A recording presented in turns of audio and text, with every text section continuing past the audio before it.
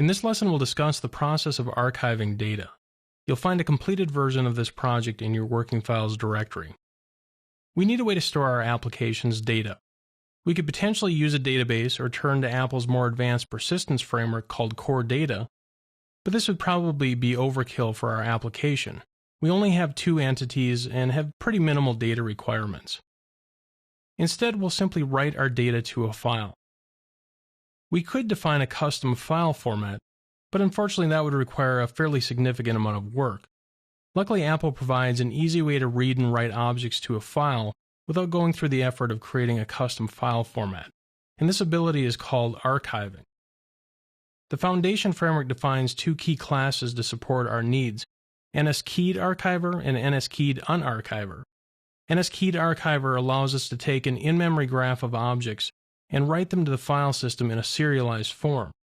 And then NSKeyed Unarchiver is then used to rehydrate the graph of objects and load them back into memory. So let's see how this process works. Let me first run this app just so you can get a sense for what we're working with.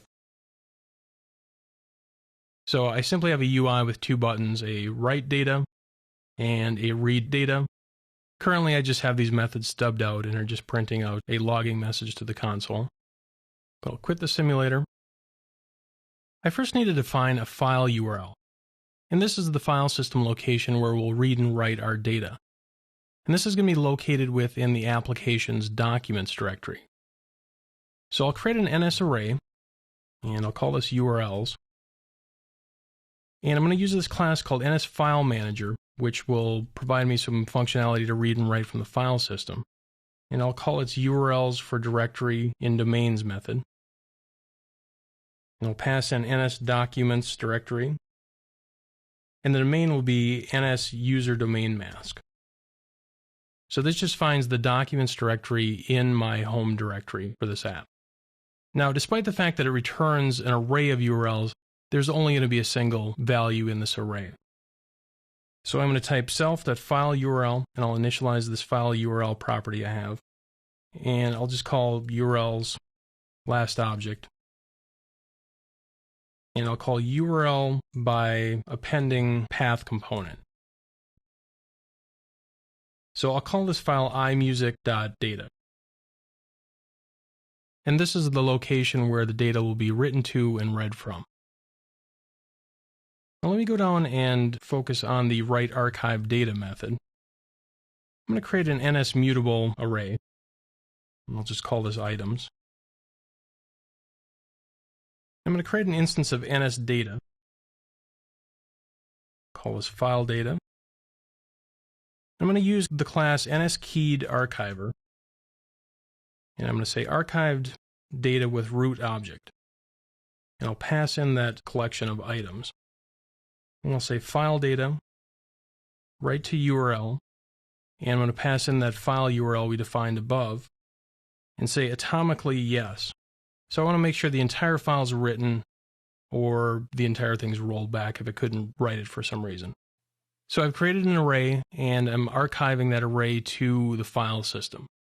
Now we currently don't have any items in here, so let's populate this with some values. So I can say items, add object, I'll just add a string value, and I can add other object types as well. So I'll add a NS date and add a NS number. Now let me run this. I'll click the Write Data button. Now let's go to our file system. Under Library, Application Support, iPhone Simulator, if I look through the contents of this directory, I'll see the iPhone Simulator's file system. So I can go under its Documents directory, and there's our iMusic data. Let me right-click on this and just open this with a text editor. So we can see this is a binary file format, just we're seeing gibberish here essentially.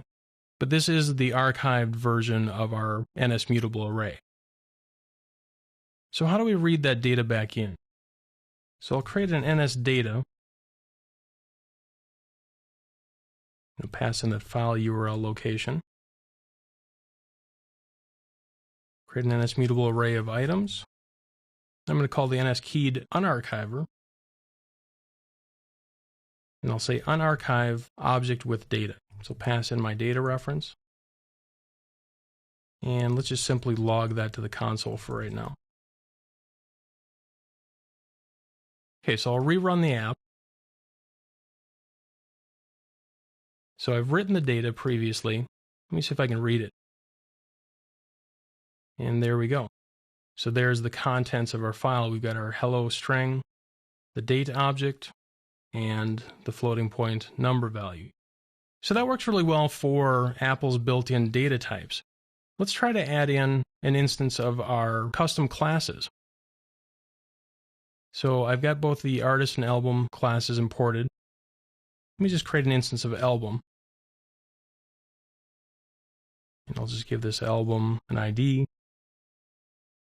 I'll set its name to Rubber Soul. And then let's add that into our items collection. And just so that we know we've cleaned out the data, let's actually delete this file.